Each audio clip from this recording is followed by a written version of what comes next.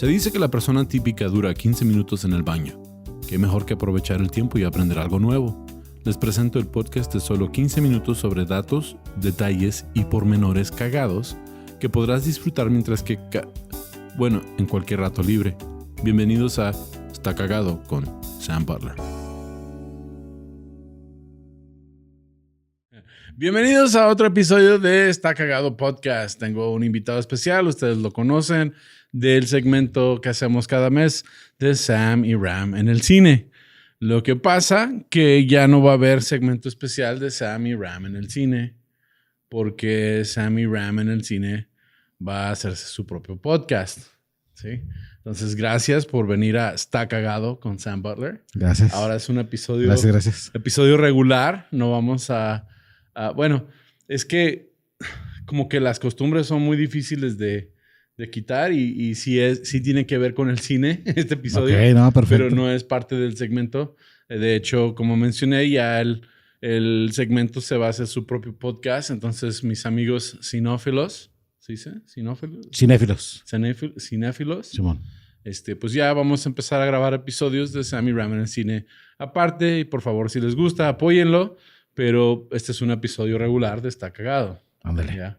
Ahora vamos a hablar del cine. Sí, pero más bien de hablar de una película y datos cagados de una película o del origen del cine. Vamos a hablar de un personaje en particular. Sí. El personaje que escogí para este segmento se llamaba Emilio el Indio Fernández. Claro, señor Don Emilio, por supuesto. Sí, yo encontré unos datos muy interesantes. De hecho, leí un artículo que buscando temas para el podcast, que cuando leí el artículo me quedé como que no mames, está chido. Pero ya me puse a investigar más a fondo y me quedé como que, wow, este personaje merece su propio episodio. Es un episodio corto. No es algo... o sea, fácil podríamos hablar mucho más tiempo de él. Claro. Pero, ¿qué sabes tú del Indio Fernández? Pues a ver, nació aquí en Coahuila. Se fue a Estados Unidos, estuvo trabajando allá de extra en Hollywood, incluso fue doble de Douglas Fairbanks. Uh-huh. Se cuenta la leyenda que fue el modelo para la estatuilla del Oscar. Regresó a México y pues se convirtió en... Y eso es todo cine. por este episodio. Sí, no, la verdad es que sí. Emilio el Indio Fernández se fue a Estados Unidos. Simón. Sí, pero ¿sabes por qué se fue a Estados Unidos? Pues estaba yendo, bueno, se supone que estuvo durante la revolución, él peleó. Sí, él fue guerrillero de la revolución. Claro, sí, le entró sí. Y no sé si después de la revolución es cuando se fue a Estados Unidos. Sí, lo que pasa es que él estuvo de parte de Adolfo de la Huerta. Simón. En la revolución. El papá de él era revolucionario. Claro. Y la mamá de él era india. Ajá. Kickapoo. ¿Sí? Entonces, los indios Kickapoo, en Estados Unidos hay un casino que es el Kickapoo Casino, que está en Eagle Pass. Eagle Pass está aquí en Texas. Piedras Negras. Ok. Sí, que es frontera con Piedras Negras. Entonces, es aquí en Texas, al sur de Texas, frontera con Piedras Negras. ¿Ahí es Coahuila? Sí, ¿verdad? Quién sabe.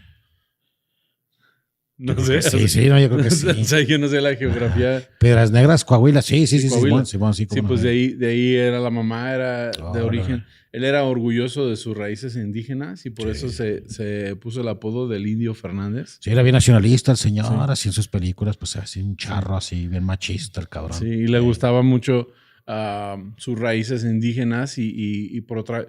Y era un personaje, era como un embajador a la mexicanidad.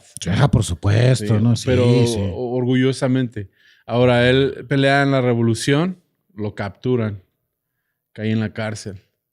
Y él se escapa de la cárcel y huye a Chicago, Illinois. Eso. Y ahí está en Chicago y está exiliado de México porque pues huyó de la revolución, de la captura. Y después se va a Los Ángeles. Ok. Sí. En Los Ángeles trabajó de albañil. Trabajó de lavandero, trabajó de cantinero, trabajó de todo, pero fue su trabajo de albañil que le dio a él la oportunidad de trabajar en Hollywood. Él era albañil para los sets de los estudios Warner Bros. Sí, con Cedric Gibbons Sí. trabajaba, ¿no? Sí, entonces él empezó ahí de albañil y Dolores del Río, una actriz mexicana, sí, lo jaló para que él empezara a hacer extra en las películas y quedaron fascinados con él en Hollywood. O sea, pues un hombre imponente. Sí, por supuesto, ¿no? Sí. Y pues daba el estereotipo así del mexicano y más, o sea, todo lo que daba. Y él dice que él empezaba a hacer extra en las diferentes películas. Y aquí dice, en 1923 ingresó como cadete en la Escuela Militar Aeronáutica y en 1924 pidió baja del Instituto Armado para radicar en Estados Unidos, donde desempeñó varios empleos hasta obtener pequeños papeles como extra de bailarín en Hollywood. Se dice que durante sus años como revolucionario, Emilio fue capturado y encarcelado. Sin embargo, él logró escapar y se refugió en Chicago y posteriormente en Los Ángeles. Y por la cual radicó en varios años en Estados Unidos. Y ya en Estados Unidos se ganó la vida como empleado de lavandería, cantinero, ayudante de prensa, albañil en los estudios de Hollywood, que le dio la oportunidad de incursionar al séptimo arte. Su primer trabajo en el cine fue como extra en The Oklahoma Cyclone, una película de vaquero realizada por John P. McCarthy en 1930. Posteriormente fue bailarín en Flying Down the Rio, 1933, con el director Thornton Freeland. Y esa fue protagonizada por Dolores del Río. Sí, y fue durante este tiempo cuando, según cuenta la leyenda, Dolores del Río lo presenta con el director de arte de Metro Goldwyn Mayer, Cedric Gibbons, quien supervisó el diseño del premio Oscar y buscaba un modelo para su estatuilla. Aunque al principio no estaba muy de acuerdo con la idea de posar desnudo, Emilio Fernández terminó por aceptar y quedó inmortalizado en una de las estatuillas más conocidas en el mundo del cine. Después se regresó a México y ¿de qué trabajó? En México no sé si empezó a trabajar en el cine así de chingazo, pero lo más seguro es de que traía ya un bagaje interesante. Así que me ha de haber empezado, no sé, de extra, de sonidista, de... Sí, lo que pasa con nosotros los comediantes de stand-up nos dicen, oye, ¿tú ya vives del stand-up 100%? Y uno dice, no, todavía no. O sea, dicen, pues es que ya tienes trayectoria chida, ¿cómo que no vives del stand-up? No eres comediante verdadero hasta que vivas 100% del stand-up. Bueno, pues él regresa a México después de haber trabajado en todas estas películas en Hollywood, con los estudios de Hollywood, después de modelar desnudo para la estatua del Oscar, y regresa a México y trabaja de boxeador, panadero, maestro de tiro, pesco de camarón, aviador y clavadista en Acapulco. ¿En qué año llegó? Dice que... Así en los 30. Sí, en los 30, en el 35. Ok. Ya. Y hasta que llegó su oportunidad de protagonizar Janitzio, en 1935, de Carlos Navarro. Entonces fue antes del 35, fue como el 33, 34. Qué chingona. En 1942, el Indio Fernández debutó como director con la película La Isla de la Pasión, protagonizada por David Silla e Isabela Corona. David Silva. Dije Silvia. Sí, la actoraza también. David Silva e Isabela Corona. La cinta se situaba en 1909, cuando un grupo de soldados mexicanos al mando del capitán Allende llega acompañado por sus mujeres a la Isla de la Pasión, o Clipperton, del Océano Pacífico. Entonces, la lejana continente provoca en tanto estallido de la revolución como la cesión de la isla al gobierno de Francia. ¿Sí? Entonces, vemos que él ya no fue hasta 1942 que él empieza a dirigir películas. Simón, y con un tema bien nacional, o sea, bien mexicanote, ¿no? Y esa isla, no sé si todavía está en disputa. La isla de Clipperton, Joaquín Cosío salió en una obra de teatro de Clipperton. Sí, él es de aquí, de Juárez también. De Tampico, me parece, ¿de dónde es? También es de Conté, de dónde es Joaquín Cosío. Pero ese, bueno, él trabajó muchos años aquí en Juárez, aquí hizo teatro. Estudió dio clases aquí en la uni. No, pero Cosío, ¿dónde nació?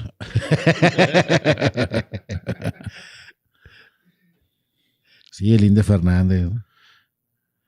La casa de la hacienda que tiene allá en México está bien chingón. Sí, había muchos artículos de la hacienda y cómo se ha ido restaurando y remodelando. Nayarit, Tepic, Nayarit. Sí. Hay una entrevista bien chida del Indio Fernández que le estaba haciendo cierto reportero, no sé, en los años 50, 60 por ahí. Y le están preguntando de su misoginia, ¿no? De por qué es tan macho, porque en sus películas el protagonista es el hombre y a la mujer, no sé, la oprimían o... No estoy justificando, pero era el estilo de vida de aquella época. Pero el Indio Fernández como que se estaba molestando, se estaba hartando, ¿no? Estaban en su hacienda para esto, hay animales y lagos y la chingada. Y en una de esas saca su pistola y pa, 3 disparos, ¿no? Y pues voltea al reportero y estaban unos patos ahí que les había disparado, ¿no? Y luego le pregunta, ¿por qué les disparó, no? Y que el indio les dice, pinches patos putos. Esa fue su respuesta y se acabó. Sí, señor, por supuesto. Sí, ahora, volviendo al tema de la misoginia, o sea, estamos en diferentes tiempos ahora y no justifica que eso estuviera bien. Pero, no, para nada, ¿no? Pero desgraciadamente en aquella época, no sé qué, no quiero decir que era bien visto, pero lo retrataban en las películas, lo retrataban en los personajes.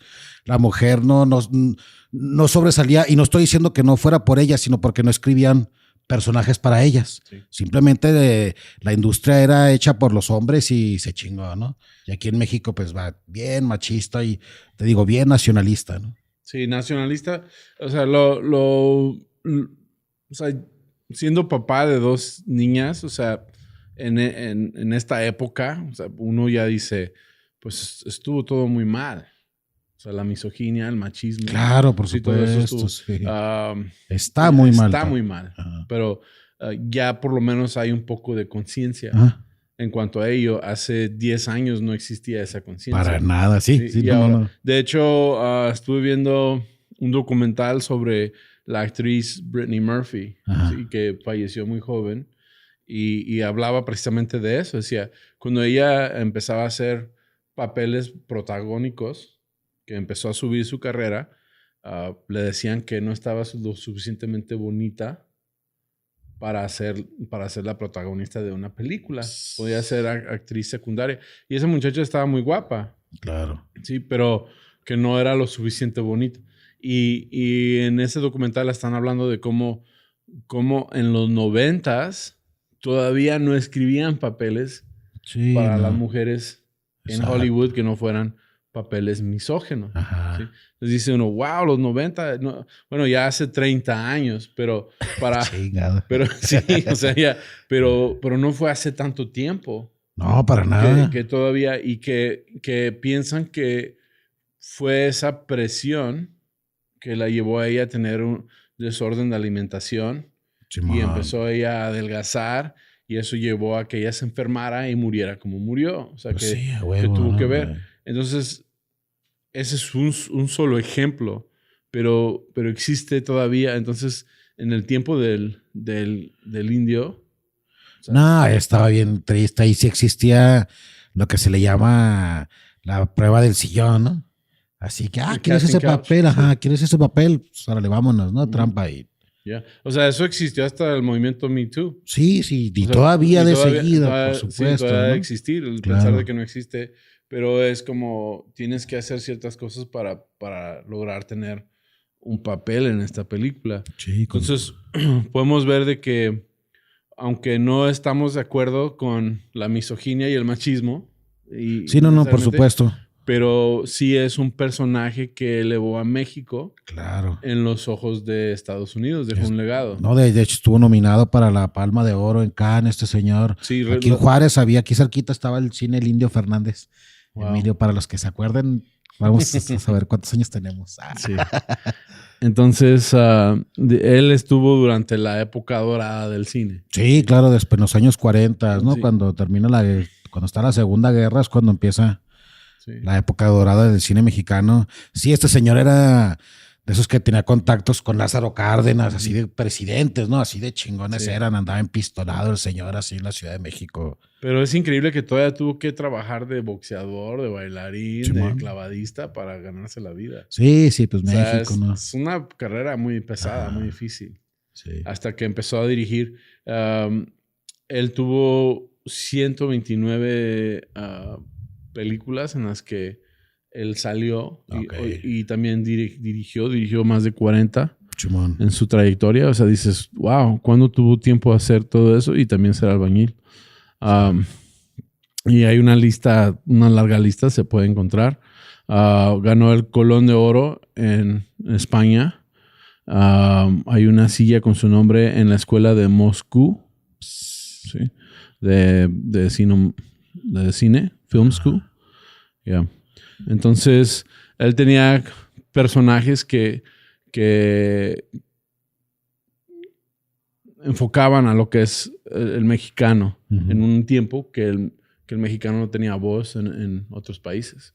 Entonces, por eso vemos que pues, son datos cagados. O sea, lo más cagado de todo esto para mí es de que él está inmortalizado en la estatua del Oscar. O sea, qué chingón. Yo, de hecho, la semana pasada anduve de gira en Los Ángeles y pasé por la academia, precisamente por la academia de los premios Oscars, y ahí están las estatuas gigantes Emilio en las ventanas, y dices, es increíble pensar que ese es un mexicano. Sí, y pues orgullo mexicano.